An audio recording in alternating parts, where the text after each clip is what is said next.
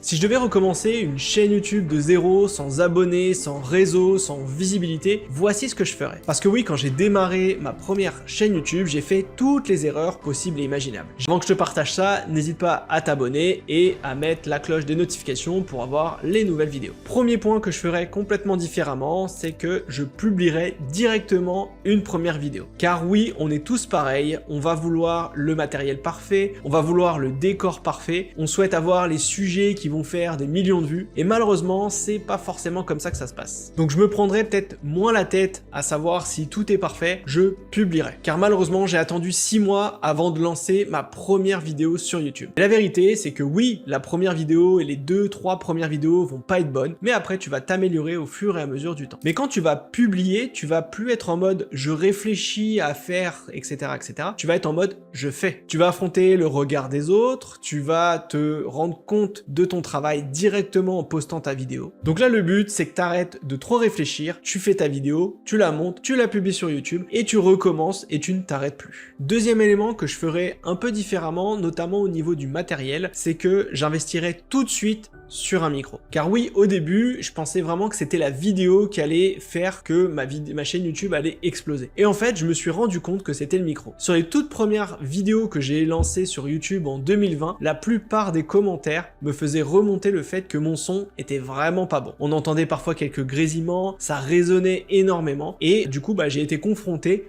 aux commentaires négatifs dès le départ de ma chaîne. Donc en fait, on se rend compte que une mauvaise image peut passer, par contre le son, ça passe pas. En fait, le son, ça va te créer une certaine crédibilité. Donc là, l'enjeu, c'est d'avoir le meilleur micro possible. Je te mettrai celui que j'utilise dans la description si tu le souhaites, car ça va te permettre d'avoir une voix claire, un peu moins d'écho, du coup ça va être plus agréable à l'écoute, et tu vas aussi amener une impression professionnelle. Et du coup, on va se focaliser sur le truc le plus important de ta vidéo, c'est le message que tu veux véhiculer. Troisième élément que je ferai peut-être un peu différemment, c'est que je ferai un focus sur la recherche. Car oui, on est tous pareils, quand on lance une chaîne YouTube, on veut avoir des millions de vues dès qu'on a posté la vidéo. Mais malheureusement, la viralité n'est pas une stratégie. Comme tu le sais, YouTube, c'est le deuxième moteur de recherche du monde. Donc ce que je ferais, c'est tout simplement aller dans la barre d'autocompletion de YouTube et commencer à écrire des questions autour de ma niche. Et en fait, quand tu vas faire ça, automatiquement, YouTube va compléter les différentes questions et tu vas avoir des sujets de vidéos que tu pourras poster sur ta chaîne. Donc les gens vont chercher une solution. Et si tu leur apportes avec tes vidéos, eh bien ils vont s'abonner et ils vont regarder de plus en plus de vidéos de ta chaîne. Donc oui,